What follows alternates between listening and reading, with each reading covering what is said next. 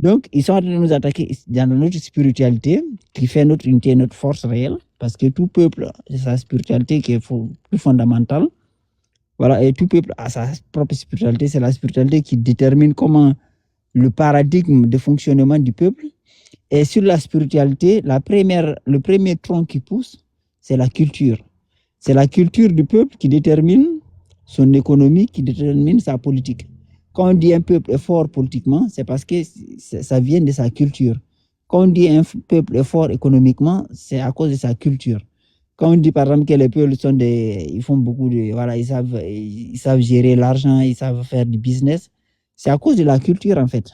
Donc pour nous faire tomber, il faut qu'ils cassent notre culture, vous voyez, non? Et c'est pour cela qu'ils font passer, pour nous dépouiller de notre culture, ils nationalisent notre culture un peu partout.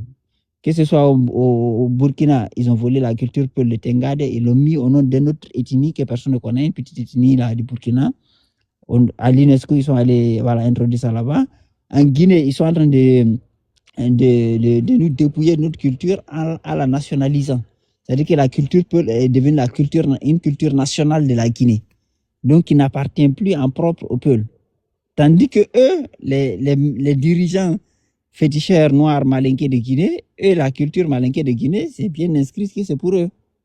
Mais pour le peuple, ils disent non, tous nos éléments identitaires culturels, ils disent non, ce n'est pas pour vous, c'est pour la Guinée.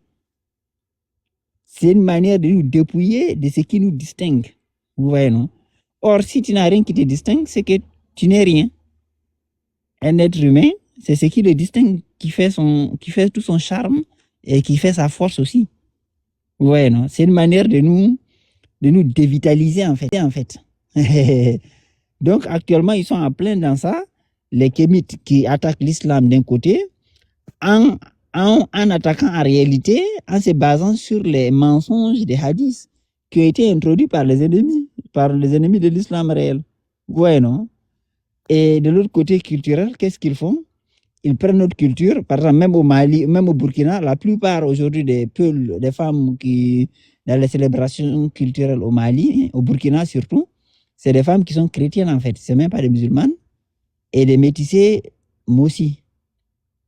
Ça, il faut bien comprendre ça. Ça veut dire qu'il y a une entreprise de récupération identitaire carrément au Mali, au Burkina. Ça veut dire qu'ils éliminent les vrais peuples, et puis ils mettent des figurants remplaçants en avant. Dès qu'on parle, et ces gens-là vont sortir, disent non, mais nous, on est en paix avec les Mossi et les Bambara, on est les mêmes. Donc, entre un gars sorcier féticheur, voilà. Bon, c'est un peu ça. Elle est douce comme me presse Tagada. Quand c'est doux, y'a de quoi t'inquiéter. Tagada. Pas ma faute si je suis un peu taquin. Elle est douce comme me presse Tagada. Quand c'est doux, y'a de quoi t'inquiéter. Tagada.